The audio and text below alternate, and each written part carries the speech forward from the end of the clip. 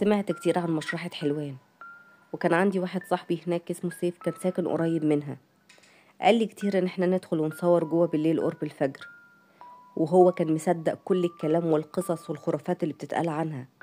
علشان كده كان عنده فضول يدخل ويصور جوه. انا ما كنتش مؤمن بالخرافات دي، كنت متأكد ان هي مجرد اشاعات مش اكتر. وافقت بس علشان اقنعه ان هي مجرد خرافات مش اكتر. بس اقسم لكم ان بعد الليلة دي حصلت حاجات ما لقيتلهاش تفسير. المفروض ان هو مكان مهجور، لكننا ما كناش لوحدنا في اليوم ده. بدأ الامر من اسبوع لما قررت انا وسيف ان احنا ندخل ونصور. جهزنا الكاميرات ودخلنا تقريبا قرب الفجر. كانت الشوارع كلها فاضية والمكان كان ضلمة، بمعنى أصح كان أكثر رعبا. من اللحظة الأولى كان في حاجة غريبة في المكان. كانت ريحة العفن والموت كانت لسه موجودة وحاضرة رغم مرور سنين كتير على قفل المكان. الممرات كانت طويلة كأنها ملهاش نهاية. الجدران كانت عليها آثار الزمن، كأنها كانت شاهدة على ماضي مرعب مش عايز ينسى اللي حصل فيه.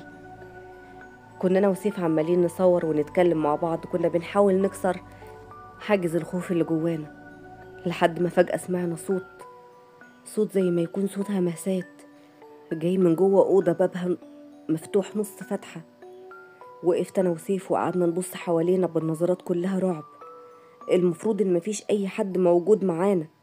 ضغطت على زرار التسجيل اللي في الكاميرا وقربنا من الأوضة دي بالراحة.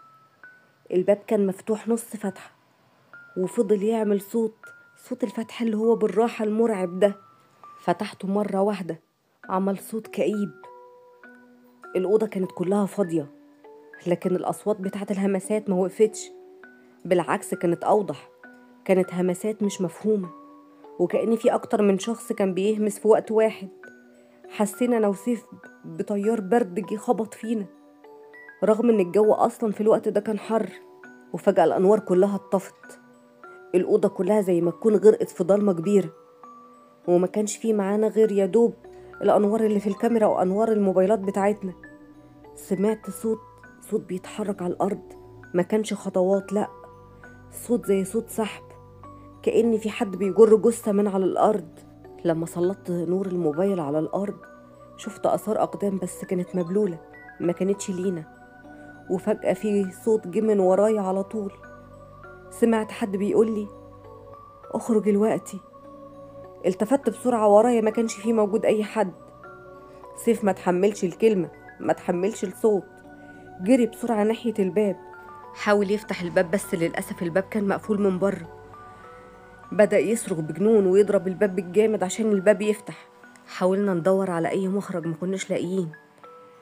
وسمعنا صوت تاني، بس المرة دي كان همس، صوته بارد أكتر. قرب من ودني قوي وقال لي المفروض ما كنتوش تبقوا هنا. في اللحظة دي اتفتحت الأبواب كلها مرة واحدة بصوت عالي ومرعب. ما فكرناش في أي شيء غير إن احنا نجري بسرعة ونخرج برا المشرحة. جرينا بأسرع ما يمكن، ما وقفناش لحد ما وصلنا للشارع. بس واحنا بنجري سيف لمح مراية متغطية بالتراب، بس شاف فيها شخص واقف، بس ما كانش له وش. وبعد ما خرجنا من المشرحة لاحظت شيء رعبني أكتر. الكاميرا بتاعتي كانت لسه مفتوحة وبتسجل، بس كانت بتصورني أنا من زاوية ما ينفعش تصورني منها. وأول ما روحت البيت لاحظت فيه علامات على باب الشقة، إيدين سودة، نفس الإيدين اللي كانت على حيطان المشرحة. بس ما كانش ده الأسوأ. الأسوأ لسه كان هيبتدي. لما رجعنا التسجيلات أنا وسيف ما كانش فيه أي أصوات خالص من اللي كنا سامعينها هناك، كان فيه صمت تام. لكن كان فيه شيء تاني.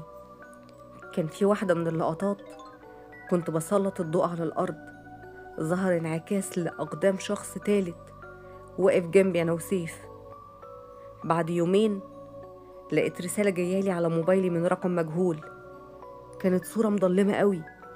لما عليت الإضاءة بتاعة الشاشة ظهرت صورة وشي أنا وأنا بصور، وواقف ورايا على طول الشخص اللي سيف شافه في المراية، اللي من غير وش، وللأسف كان بيشاور بإيده عليا أنا.